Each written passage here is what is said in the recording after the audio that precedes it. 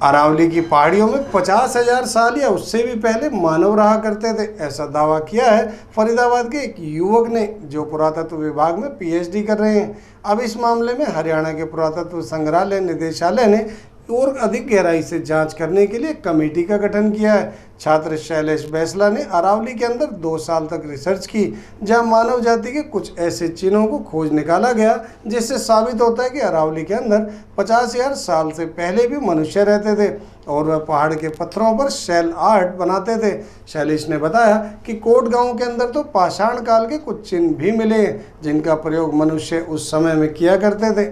फरीदाबाद के achievers society में रहने वाले शैलेश बैसला ने बताया कि उन्होंने Delhi institute of heritage research and management से पुरातत्व में मास्टर की पढ़ाई पूरी की है। इस दौरान उन्होंने एक थीसिस बनानी थी गुर्जर समुदाय पर। वह रिसर्च करने के लिए अरावली के कोट गांव में गए। वहां जब वह शोध कर रहे थे तो उन्हें जंगलों में कुछ अजीब तरह की चीज़ें मिली। उस समय उन्हें वहां एक पत्थर की कुल्हाड़ी मिली जो करीब 50,000 साल पुरानी मानी जा रही है। इसका प्रयोग उस समय के लोग खाल उतारने और शिकार करने के लिए किया जाते थे। पुरातत्व में पढ़ाई में अगर इस तरह की चीज़ें मिल जाएं तो काफ़ी रोचक हो जाता है। यही सोचकर उन्होंने 2019 में एक रिसर्च की, जिस समय वह कोट गांव गए और उस गांव के 10 किलोमीटर के दायरे में बनी सभी चीज़ों को बारीकी से परखा। उन्होंने कहा, कोट गांव की पहाड़ियों पर शेल आर्ट भी दिखाई दी, जो उस समय मानव जाति दीवारों पर कुरेद कर कुछ चित्र बनाया करते थे, जिसमें हाथ के निशान, पैर के निशान के अलावा कई अलग अलग चित्र पाए गए। फिर ये मांगर गाँव में भी गए, जहाँ रॉक शेल्टर यानी पत्थर का घर बना मिला, जिसका प्रयोग लोग रहने के लिए करते थे। उन्होंने बताया, जहाँ इस तरह की चीज़ें मिलती हैं उसके 10 किलोमीटर के दायरे में हमें बहुत सारी चीज़ें मिल सकती हैं, इसलिए 2 साल तक 10 किलोमीटर के दायरे में आने वाली हर एक चीज को बारीकी से देखा। उन्होंने इसका एक पूरा दस्तावेज बनाकर पुरातत्व व संग्रहालय निदेशालय को भी सौंप दिया है। शैलेश ने बताया, जब मैंने इस इलाके में खोज शुरू की तो मुझे बेहद पुराने हथियार और चित्रकारी की गुफाएं मिली। उन्होंने बताया, पाषाण काल में 10,000 से लेकर 50,000 साल तक पुरानी सभ्यता है, जिसमें लोग अलग अलग तरह से रहते थे। इसलिए ऐसा कहा जा सकता है कि यह देश की सबसे पुरानी रेंज है। अगर इस रेंज में इस तरह से मानव जाति से जुड़ी कुछ चीजें मिली हैं तो इसे सहेजने की आवश्यकता है। उन्होंने कहा, इसमें पूरा पाषाण काल तक की चीजें मिलने की उम्मीद है। अब पुरातत्व विभाग की टीम ने एक कमेटी बनाई है जो शोध शुरू करेगी। साथ ही इस कमेटी में शैलेश बैसला को भी शामिल किया गया है। जी, मैं सबसे पहले जब इस साइट पे आया था आज से 2 साल पहले 2019 में अपने एक दोस्त सतीश शर्मा के साथ, तब हम यहाँ पे मेरे मास्टर्स के प्रोजेक्ट के लिए एथनो आर्कियोलॉजिकल सर्वे कर रहे थे। इंटरव्यू ले रहा था मैं गांव के गुजरों का ओरिजिन, इनका इतिहास, निकास, इन सब के बारे में ट्रेस कर रहा था मैं। वो करते हुए जब हम यहाँ कोट गाँव में ऊपर जब मंदिर पे गए तो वहाँ मुझे एक हैंडेक्स मिली। एज एन आर्कियोलॉजिस्ट मुझे इन चीज़ों की बहुत जानकारी थी और इस साइट के कुछ टूल्स मेरे कॉलेज में पढ़े थे, तो मैंने ये देखा था। जब हमें वो टूल्स मिले तब मैंने देखा ये तो पैलोलिथिक है, वो भी लोअर पैलोलिथिक टूल है, तो वो एक चौंकाने वाली बात थी मेरे लिए। जब वो मिला तो मैंने धीरे धीरे हर हफ्ते, कभी 6 महीने में ऐसे आना शुरू करा। तभी उसके कुछ टाइम बाद लॉकडाउन लग गया। लॉकडाउन के दौरान जब कुछ भी करने को नहीं था तब मैं यहाँ साइट पे डेली जाता था। डेली जाते जाते मैंने कुछ टूल्स इकट्ठे करे, डॉक्यूमेंटेशन शुरू करा साइट का, साइट के बारे में लिखना सर्च करा, इसकी हिस्ट्री के बारे में शुरू करा। मैंने अपना एक आर्टिकल बनाना शुरू करा इस साइट के ऊपर। हाल फिलहाल उसके बाद यहाँ अपने मांगर में कुछ कैंपिंग एक्टिविटीज़ होती है। जब मैं वहाँ कैंपिंग के लिए गया तो अब तक मैं सिर्फ कोर्ट में काम कर रहा था। कोर्ट में काम करते करते जब मैं मांगर में गया वहाँ कैंपिंग एक्टिविटीज़, तब मैंने वहाँ की पहाड़ें देखी। उस पहाड़ में मुझे एक दरार दिखी। जब मैं वहाँ गया तो मैं चौंक गया। मुझे मिडल पैलोलिथिक टूल्स मिल गए, शेल्टर मिल गए, एंड वो एक शानदार चीज़ थी क्योंकि मुझसे पहले, आज से पहले इस पूरे रीजन में किसी भी आर्कियोलॉजिस्ट को पूरे इतिहास में इस साइट के कोई शेल्टर नहीं मिला था। वो तो अच्छा, कितने साल लगभग जो है ये पुराने होंगे और कैसे जब आपने समझा, जब देखा इनको तो लगा कि ये इतने साल पुराने हो सकते हैं? अच्छा, लगभग कितने? ये जी मैंने अनुमान लगाया उस शेल्टर पे मिले हुए टूल्स के बेसिस पे। जो टूल्स मेरे को शेल्टर के आसपास मिल रहे थे वो सब फ्लेक टूल्स थे। फ्लेक टूल एक टिपिकल कैरेक्टरिस्टिक्स है मिडल पैलोलिथिक एज का, तो वो मॉन्स्टीरियन कहते हैं उसे यूरोप में, हमारे इंडिया में मोटू बोलते हैं या फिर मिडल पैलोलिथिक टूल्स बोलते हैं। तो वो 2.5 लाख से 40 या 50,000 साल पीरियड के करीब के टूल्स थे, तो शेल्टर की भी एज वही होगी। तो अब आगे इस पर क्या रिसर्च होने वाली है और क्या कुछ चाहते हैं आपके, कैसे ये सारा चीज़ जो है डेवलप हो, इस एरिया को जो है रोका जाए, तोड़फोड़ ना हो, अतिक्रमण ना हो, क्या कुछ है आपको? अच्छा चाहते हैं जी, मैं तो सबसे पहले चाहता हूँ इस साइट को प्रोटेक्शन की ज़रूरत है, बाकी सब कुछ बाद में। यहाँ पे माइनिंग एक्टिविटी, क्रशिंग एक्टिविटी जोर शोर पे चलती है। अभी वैसे तो 2002 में हरियाणा गवर्नमेंट ने माइनिंग बंद कर रखी है, लेकिन आप अगर ढंग से देखोगे तो कहीं ना कहीं आपको उसके प्रमाण मिल जाएंगे कि माइनिंग कहीं तो चल रही है यहाँ पे। और मैं बस उसे रोकना चाहता हूँ। इस साइट को सबसे बड़ा खतरा, सबसे इमीडिएट खतरा माइनिंग एक्टिविटीज़ से है। अच्छा, अब इस पे आगे कौन सी टीमें जो हैं काम करने वाली हैं, कौन कौन सी ऐसे चीज़ें, संस्थान होंगी आपसे जुड़ेंगी, और अब आगे की क्या भूमिका रहने वाली है आपकी, और क्या?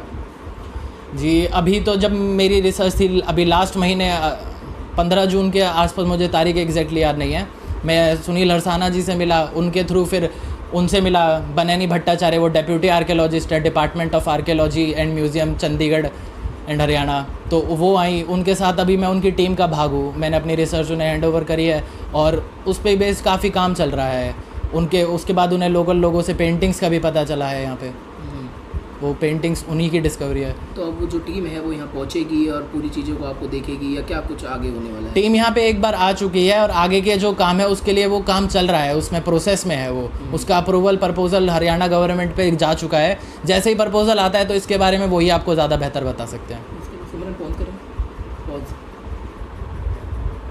शैलेश, बहुत सारी चीज़ें आपने यहाँ पर खोजी, उससे और भी कुछ ऐसी चीज़ें होंगी जो आपके लिए महत्वपूर्ण हो जाती हैं, क्या क्या कुछ और आर्ट्स वगैरह क्या कुछ रहा?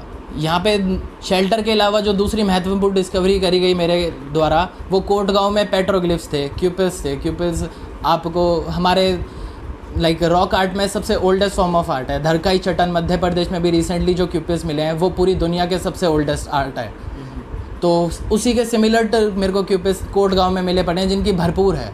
अभी तक 150 क्यूपिस मैं खुद ट्रेस कर चुका हूँ, और मुझे लगता है मैं जितना अंदर जाऊँगा या कोई भी आगे टीम जाएगी जिनसे मेरी दरखास्त है जो इधर काम करेंगे, तो ये भरा हुआ है। ये धरकाई चट्टान के बराबर पुराना हो सकता है जो क्यूपिस है।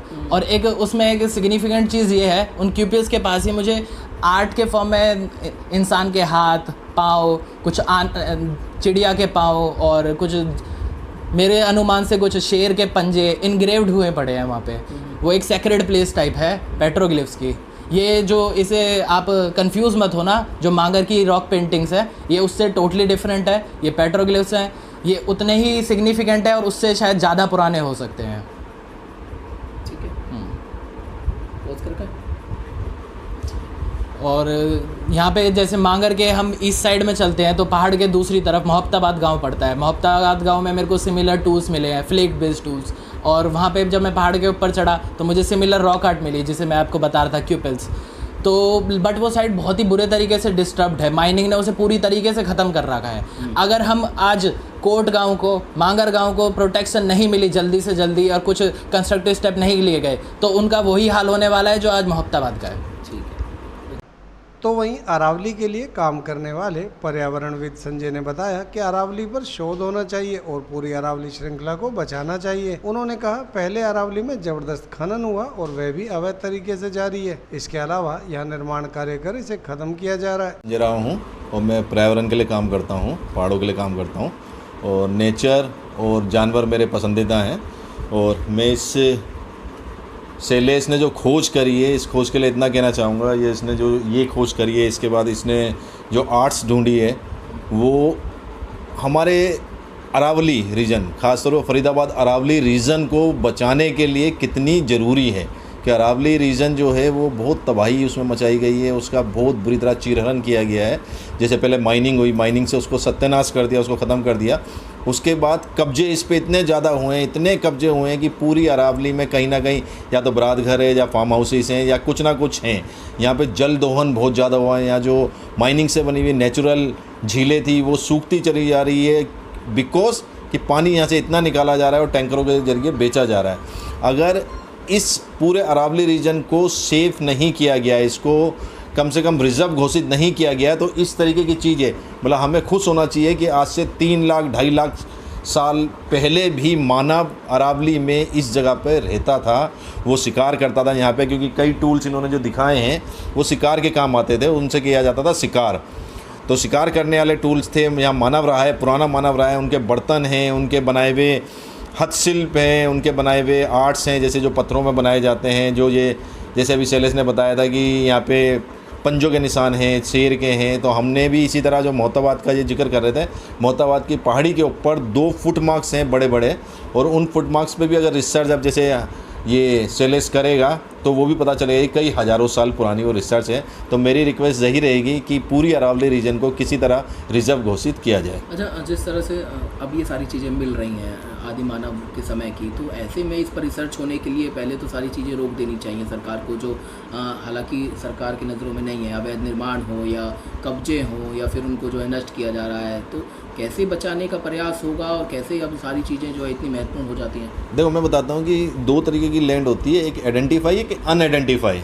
तो जो अभी लैंड आइडेंटिफाई हो गई है वो हो गई है मांगर हो गया, कोट विलेज हो गया, मोहताबाद हो गया, आइडेंटिफाइड लैंड है। लेकिन हमारी जो पूरा अरावली रीजन है वो अनआइडेंटिफाइड लैंड है, और उसको अगर जल्द से जल्द रिजर्व नहीं करेंगे तो उधर कुछ ना कुछ छेड़छाड़ होगी, और छेड़छाड़ होने से जो बची हुई चीज़ें वो नष्ट हो जाएंगी।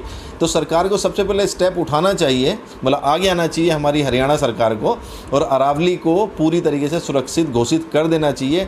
यही एक तरीका है जो भी अरावली में जिस भी तरीके के छोटे बड़े निर्माण, अवैध निर्माण हो रहे हैं या हो चुके हैं, उन सबको रोक के बंद करवा देना चाहिए और अरावली को पूरी तरीके से सेव कर देना चाहिए। जैसे अभी फॉर एग्जांपल मैं बताता हूँ आपको, अरावली में अभी लास्ट मंथ ही असोला के पास एक तेंदुआ एक्सीडेंट में मारा गया है। ठीक है, अब इन जो जानवर हैं, इन जानवरों का घर है ये अरावली, और अगर रिजर्व कर देते हैं तो हम इस तरह की बिग कैट, इन्हें बड़ी बिल्ली कहा जाता है, इन बड़ी बिल्लियों को भी बचा सकते हैं।